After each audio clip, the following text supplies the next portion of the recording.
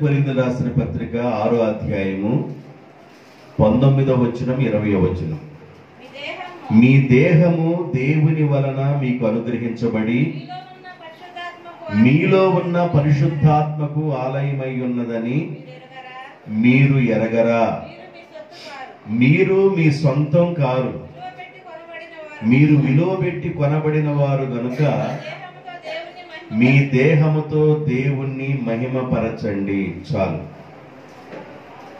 Bible చెబుతుంది, ఈ దేహము దేవుడి వలన మనకు అనుగ్రహించబడింది గనుక, ఈ దేహములో పరిశుద్ధాత్మ ఉన్నది గనుక ఈ దేహముతో దేవుడిని మహిమపరచండి అన్నాడు. పరిశుద్ధాత్మ దేవుడు ఎక్కడున్నాడు? ఈ దేహంలోనే పరిశుద్ధాత్మ దేవుడు ఉన్నాడు. పరిశుద్ధాత్మ దేవుడు ఈ దేహంలోనే ఉన్నాడు. మనము మన సొత్తు కాదు, మన సొంతం కాదు. ఇది నా శరీరం, నా ఇష్టం, నా ఇష్టం వచ్చినట్లుగా ఈ శరీరాన్ని వాడతాను అనటానికి దేవుడు అన్నాడు, బాబు ఈ శరీరం నీది కాదు నాయనా, ఈ శరీరం నీది కాదు, ఈ శరీరాన్ని నేను మీకు ఇచ్చాను. ఈ శరీరంలో, ఈ గుడారంలో పరిశుద్ధాత్మను పెట్టాను. ఇది పరిశుద్ధాత్మకు ఆలయమై ఉన్నది కనుక ఈ దేహముతో మీరు దేవుణ్ణి మహిమపరచండి. ఈ దేహాన్ని దేవుడు మనకివ్వటం కొరకు తల్లి గర్భంలో 9-10 నెలలు ఎంత భద్రంగా దేవుడు చేశాడో యోబు గ్రంథంలో రాయబడి ఉంటుంది. 10వ అధ్యాయం 9-10 వచనాలు అనుకుంటాను. యోబు గ్రంథం 10వ అధ్యాయము 9-10 వచనాలు. ఒకడు తల్లి గర్భములో పాలు పోసినట్లు నీవు నన్ను పోసితివి కదా, జున్ను గెడ్డను పేరబెట్టినట్లు నీవు నన్ను పేరబెట్టితివి కదా. ఆ తల్లి గర్భంలో జున్నిగడ్డగా పేరబెట్టబడిన దానికి చర్మమును మాంసముతోను నీవు నన్ను కప్పితివి, ఎముకలతోను నరములతోను నన్ను సంధించితివి. జీవమును అనుగ్రహించి నా ఎడల కృపను చూపించితివి. తిరగబోగా జీవమును అనుగ్రహించి నా ఎడల కృప చూపించితివి. నీ సంరక్షణ చేత నా ఆత్మను కాపాడితివి. చాలు. ఈ శరీరాన్ని దేవుడు ఇవ్వటానికి తల్లి గర్భంలో 9 నెలలు 10 నెలలు ఉంచి దానికి శరీరాన్ని, మాంసాన్ని, నరాలను, ఎముకలను, జీవాన్ని ఇవన్నీ ఇచ్చి మిమ్మల్ని భద్రపరిచిన వాడిని నేను కదా. ఈ శరీరం నీదనుకోబాకు. ఈ శరీరం మంది కాదు, ఈ దేహం మంది కాదు. ఈ దేహము దేవుడు మనకు అనుగ్రహించాడు. ఈ దేహములో దేవుడు పరిశుద్ధాత్మను పెట్టాడు. ఈ దేహముతో పరిశుద్ధాత్మ ఉండగానే దేహముతో దేవుడిని ఏం చేయాలి? మహిమపరచాలి. ఈ శరీరములో ఉండగానే నువ్వు దేవుడిని మహిమపరచాలి. నువ్వు చప్పట్లు కొట్టినా, నువ్వు పాటలు పాడినా, నువ్వు పరిచర్య చేసినా, ఒకవేళ నువ్వు ఏ కార్యక్రమం చేసినా కూడా ఈ శరీరంలో ఉండగానే దేవుని పనిని మనం చేయాలి. ఈ శరీరంలో జీవాన్ని ఉండగానే, పరిశుద్ధాత్మ ఉండగానే, ఈ శరీరం చెల్లిస్తూ ఉండగానే, కదులుతూ ఉండగానే మనం ఏం చేయాలంటే దేవుని పని చేయాలి, దేవుని కొరకు జీవించాలి. ఈ దేహాన్ని మరలా తిరిగి దేవుని కొరకు నువ్వు అప్పగిస్తే ఈ భూమి మీద దేవుడు నిన్ను ఎలా చేస్తాడో కొన్ని మాటలు నేను మీకు చెప్పాలని ఆశపడుతూ ఉన్నాను. రోమిలకు రాసిన పత్రిక 12వ అధ్యాయం 1వ వచనం. రోమిలకు రాసిన పత్రిక 12వ అధ్యాయం 1వ వచనం. కాబట్టి సహోదరులారా, పరిశుద్ధమును దేవునికి అనుకూలమునైన సజీవ యాగముగా మీ శరీరములను దేవునికి సమర్పించండి. సజీవ యాగముగా మన శరీరము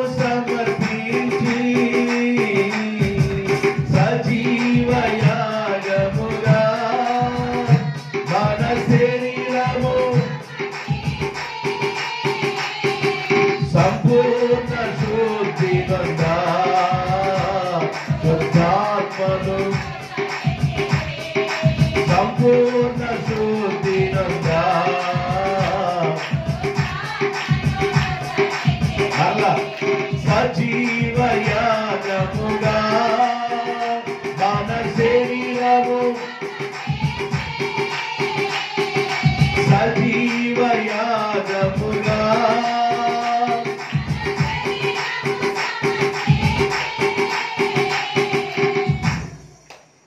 సజీవ యాగముగా మన శరీరాన్ని దేవునికి గాని సమర్పించినట్లయితే, దేవునికి వ్యతిరేకమైనవి మన శరీరంలో లేకుండా, దేవునికి అయిష్టమైన కార్యాలు మన శరీరంలో లేకుండా, ఈ శరీరాన్ని మాలిన్యం పట్టించేటట్లుగా చేయకుండా, ఈ శరీరాన్ని నీవు దేవునికి గాని సజీవ యాగంగా బ్రతికుండగానే నువ్వు సమర్పించినట్లయితే ఎలాంటి ఆశీర్వాదం ఉంటుంది.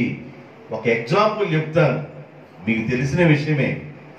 యేసేపు అవకాశాలు వచ్చినాయి పాపం చేయడానికి. యేసేపుకి పోతీఫర్ ఇంట్లో పోతీఫర్ భార్య శోధించింది.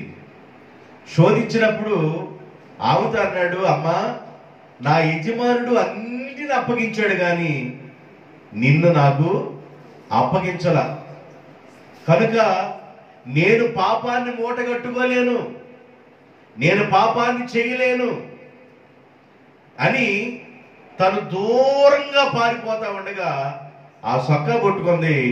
అది ఊడిపోయి ఆ సొక్క చిరిగిపోయి తన చేతిలో కొద్దిగా ఆ గొడ్డ మిగిలింది, కజ్జవటల్లా.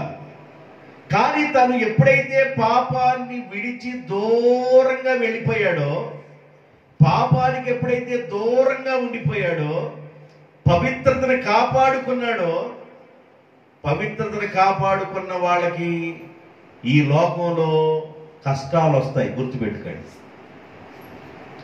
నువ్వు పరిశుద్ధతలో ఉండాలనుకున్నట్లయితే కష్టాలు వస్తాయి. పరిశుద్ధంగా నువ్వు బ్రతకాలనుకున్నట్లయితే కష్టాలు వస్తాయి. ఇష్టానుసారంగా బ్రతుకుతున్నప్పుడు, లోకానుసారంగా బ్రతుకుతున్నప్పుడు నాకు ఎదురు లేదు, నీకు దిక్కు లేదు అన్నట్లుగా బ్రతుకుతాం. కానీ దేవుని కొరకు బ్రతకాలి, పరిశుద్ధంగా బ్రతకాలి, ఈ శరీరాన్ని దేవునికి అప్పగించిన బ్రతకాలనుకున్నప్పుడు నిందలు, అవమానాలు ఇవన్నీ వస్తాయి. కానీ వాటిని ఓర్చుకోవాలి, వాటిని భరించాలి.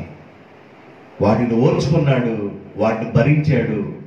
ఎంతకాలము ఆ పాపానికి దూరంగా ఉన్న తర్వాత ఎంతకాలం శిక్ష అనుభవించాడంటే 13 సంవత్సరాలు. ఎన్ని సంవత్సరాలు? 13 సంవత్సరాలు జైల్లోనే ఉన్నాడు. ఏంద్రా బాబు నువ్వు జైల్లోకి ఎందుకు వచ్చావు అని అంటే, చెయ్యిన నేరం నా మీదకి వచ్చేసింది. ఏ తప్పు నేను చేయలేదు, ఏ పాపము నేను చేయలేదు, నా శరీరాన్ని నేను అపవిత్రపరుచుకోలేదు. ఒకవేళ నా శరీరానికి అపవిత్రంగానే పరుచుకున్నట్లయితే ఈ జైల్లో ఉండేవాడు కాదు, అక్కడే సుఖాన్ని అనుభవిస్తూ ఉండేవాడిని. నేను సుఖాన్ని కోరుకోలేదు. బైబిల్ చెబుతుంది, సుఖభోగములు యందు బ్రతుకుచూ ఉండినది అది సచ్చినంతో సమానం అన్నాడు. సుఖభోగాలు అనుభవించేది బ్రతికుండి కూడా చచ్చిందాంతో సమానం అన్నాడు. నేను సుఖభోగాల కొరకు చూడలేదు. నా శరీరాన్ని నేను అదుపు చేసుకున్నాను, నా శరీరాన్ని నేను స్వాధీనం చేసుకున్నాను, పవిత్రత నేను కాపాడుకున్నాను. ఏదో మరి చాటుగానో, ఒకవేళ చీకటిలోనో, చీకటి సంబంధమైన కార్యక్రమాలు నేను చెయ్యలేదు. చెయ్యిన నేరానికి నేను శిక్షను అనుభవిస్తున్నానని అక్కడ 13 సంవత్సరాలు ఉన్నాడు. 13 సంవత్సరాలు అప్పటికి యేసేపు వయసు 30 సంవత్సరాలు వచ్చేసింది. 17 సంవత్సరాలు దాదాపుగా వాళ్ళ నాన్నగారితో ఉన్నాడు. ఈ 13 సంవత్సరాలు ఇటు పోతీఫర్ ఇంటికి రానివ్వండి, శోధించబడి జైల్లో ఉండని, మొత్తం 30 సంవత్సరాలు. 30 సంవత్సరాల తర్వాత రాజుగారి కళ వచ్చింది. రాజుగారి కళ చెప్పేవాళ్ళు లేరు, దాన్ని వివరించేవాళ్ళు లేరు. జైల్లో ఉన్న యేసేపు శుభ్రంగా స్నానం చేయించి, గడ్డ చేయించి, మంచి వస్త్రాలు వేసి ఆయన రాజుగారి ఎదురు తీసుకొస్తే రాజుగారికి వచ్చిన కళను, కళ భావాన్ని మొత్తాన్ని వివరించి చెప్పాడు. కాబట్టి అప్పుడు రాజు అంటాడు, ఈ రాజ్యంలో నువ్వే హీరోవు, నువ్వే, నీ అనుమతి లేకుండా ఎవడు కాలు కానీ చెయ్యి కానీ ఎత్తడానికి వీల్లేదని రాజుగారు రాజ ఉంగరాన్ని పెట్టాడు. రాజుగారు గుర్రాన్ని ఇచ్చాడు. ఈ సింహాసనం విషయంలో తప్ప ఈ రాజ్యంలో అన్ని బాధ్యతలు నువ్వే చూడాలని చెప్పేసి యేసేపుకు అప్పగించారు. కారణం ఏంటంటే సజీవ యాగముగా తన శరీరాన్ని సమర్పించడం ద్వారా పాపానికి దూరముగా ఉండటం వలన, పాపాన్ని దూరముగా పారిపోవటం వలన ఐగుప్తు దేశానికి అతడు రాజు తర్వాత రాజుగా ఉన్నాడు. దేవునికి స్తోత్రం. గొప్ప సీక్రెట్ ఏంటంటే శరీరాన్ని కాపాడుకోవటం గొప్ప విషయం. శరీరం అదుపు తప్పి రకరకాలైన ఆలోచనలు చేస్తుంది శరీరం, రకరకాలైన కోరికలు కోరితే శరీరం, ఈ తుచ్చమైన శరీరం, పనికి మాలిన శరీరం, కంపు కొట్టే శరీరం, ఒకవేళ గాని మోషన్స్ ఒకవేళ ఒక 20-30 అయితే తోటకూర కాడ వంగిపోయినట్లుగా వంగిపోతుంది ఈ శరీరం. మాట్లాడడానికి శక్తి కూడా ఉండదు ఈ శరీరానికి. అలాంటి శరీరాన్ని గురించి దేవుడు అన్నాడు, మీ శరీరాన్ని కాపాడుకోండి, మీ దేహమును కాపాడుకోండి. మీ దేహము దేవునికి ఆలయమై ఉన్నది. ఈ దేహం అంట దేవునికి ఆలయమై ఉన్నది, పరిశుద్ధాత్మకు ఆలయమై ఉన్నది. కనుక ఈ దేహములో ఉండగానే ఈ దేహముతో దేవుణ్ణి మహిమపరచాలి. నువ్వు ఏ పనన్నా చెయ్యి, నువ్వు చిన్న పని చేయి, పెద్ద పని చేయి. ఇంటర్మీడియట్ అయిపోయిన తర్వాత నేను సేవకి రాకమునుపు నేను మీటింగ్స్ తిరుగుతూ ఉన్నాను. నగరం జానయ్య గారు అక్కడ మీటింగ్స్ పెట్టేటప్పుడు ఆ గ్రౌండ్ శుభ్రం చేయడానికి పిలిచేవాడు. గ్రౌండ్లో అందరూ బయటికి వెళ్ళి వచ్చేవాడు. ఉదయకాలం పారలు తీసుకొని శుభ్రంగా ఎత్తేసి గ్రౌండ్ శుభ్రం చేసి ముళ్ళ మండలు ఉంటే కొట్టేసి శుభ్రంగా పందిరేసి కుర్చీలు మోసి టేబుల్ మోసి పరిచర్య చేసేవాళ్ళం. ఇంటర్మీడియట్ అంటే నగరం కాలేజీకి వెళ్ళేవాళ్ళు చాలా మంది ఎవరొస్తున్నారు. అసలు ఎవరు కనబడేవాళ్ళు కాదు, నాకు పరిచర్యే కనబడేది. నాకు దేవునికి స్తోత్రం. దేవుని పరిచర్య చేయడానికి సిగ్గుపడని వ్యక్తులుగా ఉండాలి. ఈ దేహంలో ఉండగానే నువ్వు పరిచర్య చేస్తావు. ఈ దేహాన్ని వదిలిన తర్వాత నువ్వేం చేయలేవు. ఈ దేహం బలహీనపడిన తర్వాత నువ్వేం చేయలేవు. కనుక ఈ దేహంతో ఉండగానే మనం ఏం చేయాలంటే పరిచర్య చేయాలి. పాట పాడండి అంటే కొంతమంది సిగ్గు ఎక్కువ. ధైర్యంగా నిలబడి మనకు వచ్చి దేవుడిచ్చిన స్వరంతోనే నిలబడి పాడాలి. సిగ్గుపడకూడదు, జీవితాలతో సిగ్గుపడకూడదు. మనం సిగ్గుపడితే ఎంతకాలం బ్రతుకుతాం? దేవుని కొరకు నువ్వు ఏదో ఒకటి చెయ్యాలి. పరిచర్య చెయ్యి, పాటలు పాడు, చప్పట్లు కొట్టు, కుర్చీలెయ్యి, ఊడు, వంట చేయండి, ఏదన్నా చేయండి దేవుని కోసం. ఇది ప్రతిదీ దేవుని దగ్గరికి ఎంత కూడా లెక్కలోకి వెళ్తే తెలుసా? ఉగ్గిన్నుడు చన్నీళ్లు. ఉగ్గినుడు అంటే ఉగ్గిన్నుడు చన్నీళ్లు కూడా దేవుని లెక్కలోకి వెళతాయి. ఇన్ని చన్నీళ్ళు ఇస్తేనే ఒక కొటకేయటానికి కూడా సంపూర్ణంగా మనం 3 ఉగ్గిళ్ళు వేస్తాం. ఒక ఉగ్గిన్నుడు చన్నీళ్ళు ఇస్తేనే పరిచర్యని దేవుడు మర్చిపోవాలంటే మనం చేసే పరిచర్య మర్చిపోవడానికి దేవుడు అన్యాయస్తుడా? కాబట్టి సిగ్గుపడని వ్యక్తులుగా మనం పరిచర్య చేయాలి. దేవునికి స్తోత్రం. మనకి పూరి మందిరం ఉంది ఇక్కడే. పూరి మందిరం అప్పుడు ఎక్కడ దాకా ఉండేదంటే దాదాపు ఈ లైట్ దాకా ఉండేది. పూరి మందిరం ఉండేది. అప్పుడు అందరూ తాటే కొట్టిస్తే అందరూ మోసుకురండి అన్నాను. అందరూ వెళ్ళిపోయి 4 ఆకులు 5 ఆకులు ముసలోళ్ళు అందరూ. ముసలయ్య గారి యొక్క అమ్మగారు ఆనందకుమారి, ఆమె కూడా తాటెక్కులు మోసుకొచ్చారు. అంటే ఇప్పుడు ఉన్నవాళ్ళు దేవుడు మీరు కూడా మోసుకొచ్చారు. ఎల్లినోళ్ళు చెబుతున్నా, అందరూ లోబడి తాటికులు మోసుకొచ్చి కప్పుకున్నాం. మనం క్రిస్మస్ పండగ చేయాలంటే 2 ఎకరాలు కోత పోయండి అని చెప్పాను. 2 ఎకరాలు కోత పోసి వచ్చే డబ్బులు తీసుకురండి అని చెప్పాను చెప్పలేదా? తీసుకొచ్చారు. 2 ఎకరాలు కోత పోయండి దేవుని కోసం. 2 ఎకరాలు మాది కాదని విశ్వాసంతో 2 ఎకరాలు కోత పోయండి. 2 ఎకరాలు కోత పోసిన డబ్బులు ఇవ్వండి. పండగ చేసుకుంటారు పిల్లల కోసం అని చెప్పారు. ఒక కార్యక్రమం కాదు, ఎన్నెన్నో కార్యక్రమాలు చేసుకుంటా వచ్చాం, పరిచర్య చేశారు. కాబట్టి నువ్వు చేసిన పరిచర్యని దేవుడు మరిచిపోవడానికి అన్యాయస్తుడు కాడు. దేవునికి స్తోత్రం. కాబట్టి సజీవ యాగముగా మనం బ్రతికుండగానే మన శరీరాన్ని దేవునికి సమర్పించాలి. ఇట్టి సేవ దేవునికి అనుకూలమై ఉన్నది. ఎట్టి సేవ? బ్రతికుండగానే శరీరాన్ని దేవుని కోసం ఇవ్వటం. ఈ శరీరం భద్రపరచుకోవడం చాలా గొప్ప విషయం. శరీరం ఎన్నో విషయాలు కోరిద్ది, అన్ని మంచివి కాదు, అన్ని చేయదగినవి కాదు.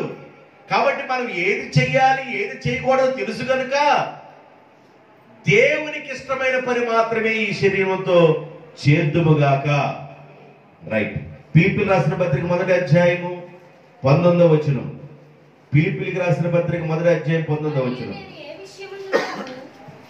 అపోస్తుడైన పౌలు ఫిలిప్పీ సంఘానికి ఉత్తరం రాస్తూ అంటాడు, మరియు నేను ఏ విషయములోనూ సిగ్గుపడక ఎప్పటి వలెనే ఇప్పుడును పూర్ణ ధైర్యముతో బోధించుట వలన నా బ్రతుకు మూలముగానైనను సరే, ఈ శరీరం చనిపోయినా సరే, క్రీస్తు నా శరీరమందు గణపరచబడాలి అనే ఆశతో పనిచేస్తున్నాను అన్నాడు.